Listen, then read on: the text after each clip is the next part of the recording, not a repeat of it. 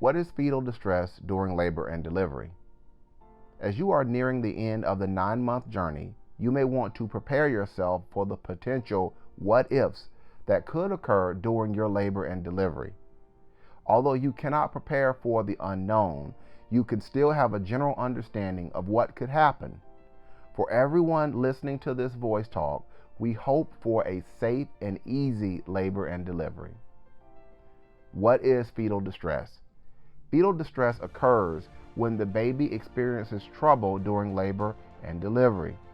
The trouble may be caused by distress in the mother or by something in the womb. For instance, if the mother's blood pressure spikes or drops, this may affect the baby.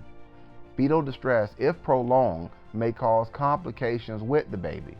These complications could result in diagnoses such as hypoxic ischemic encephalopathy, HIE, or a subsequent cerebral palsy or CP diagnosis.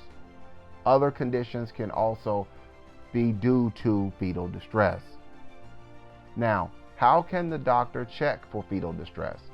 Fetal distress can be evaluated with a medical device called the electronic fetal heart monitor. This device allows for continuous monitoring and recording of the heartbeat of the baby and the contractions of the mother.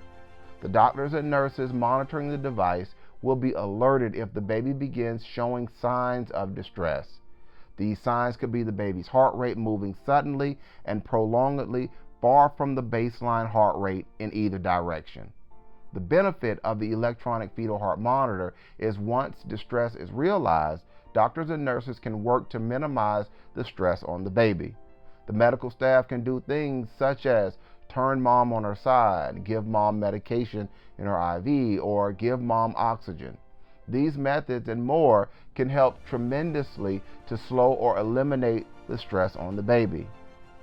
But what if the distress continues? For many moms, the interventions help decrease the stress that the baby is experiencing.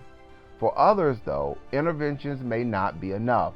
In those situations, doctors must evaluate the mom and the baby's progression to decide whether an emergency C-section needs to take place. The doctors and nurses are trained to not only evaluate the external symptoms of the mother, length of labor, cervix diameter, heart rate, etc., but also the baby's ability to tolerate a vaginal delivery. When evaluating the baby's ability to tolerate a vaginal birth, the doctors review the fetal heart tracings.